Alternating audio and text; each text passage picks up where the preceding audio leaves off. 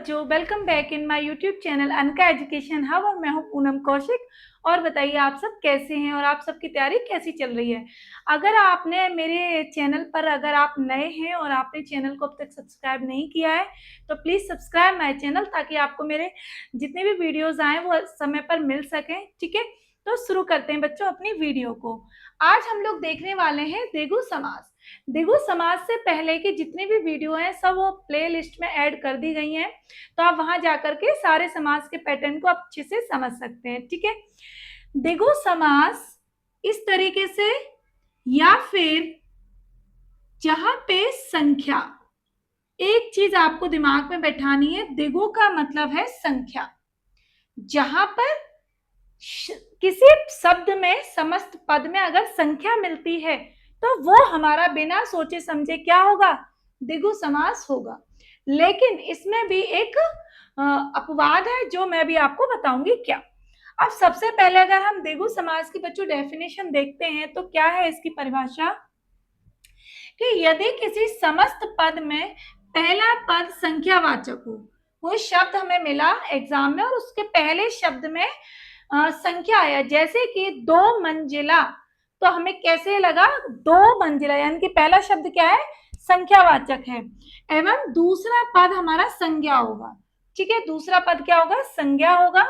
तो वहां पे समस्त पद का जो समूह और वो संख्या हमें किसी ग्रुप का ज्ञान कराए, 2, 4, 6, 8, 10, 20, वहां पे हमें पता चले कि ग्रुप में है, तो उसे हम क्या बोलते हैं, द्विगु समास कहते हैं। ठीक है, विग्रह करने पर अंत में का समूह या का समाहार, यानी कि ये 2 शब्दों को हम लिखेंगे जब उन शब्दों को हम तोड़ेंगे। जैसे कि ये एग्जाम्पल है, समस्त पद लिखा, अगर इस पद को हम तोड़ेंगे, विग्रह करेंगे, तो देखो का समूह या का समाहार ये शब्द आएंगे।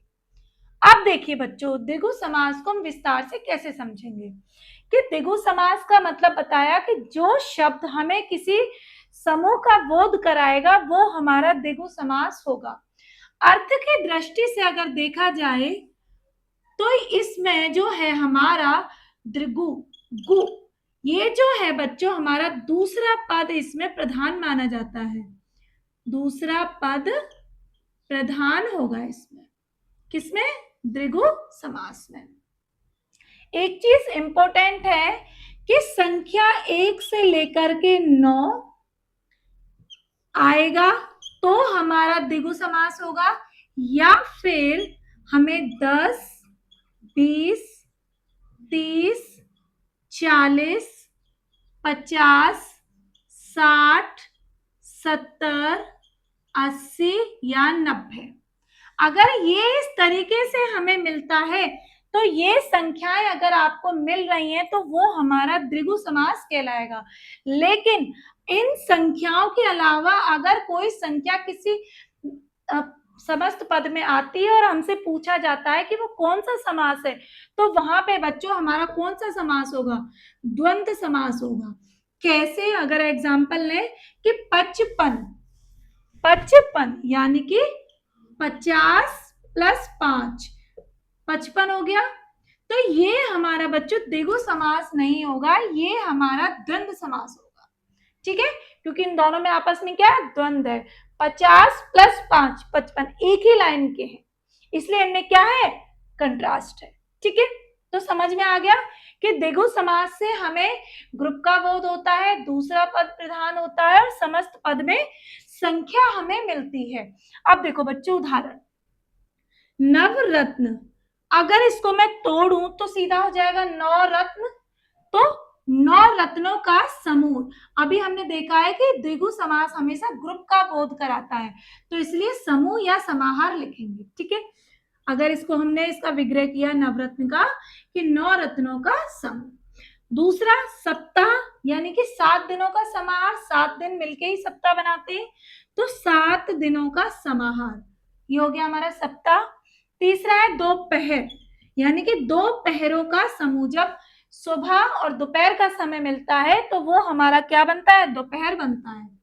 ठीक है, चौथा है दिगु, दिगु, दिगु का मतलब है कि 2 गायों का समूह, 2 गाय। और अब जो है द्विवेद और तिकड़ी, इन दोनों का आंसर आप मुझे मेरे कमेंट सेक्शन में लिख के भेजेंगे, ठीक है।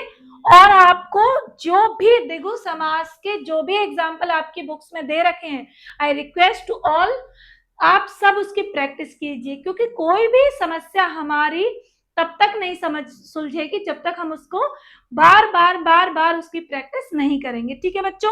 आपको आज द्विगु समास की क्लास कैसी लगी मुझे कमेंट करके जरूर बताइएगा, और बने रहिए हमारे साथ इसी प्रकार से। Thank you so much, bye bye.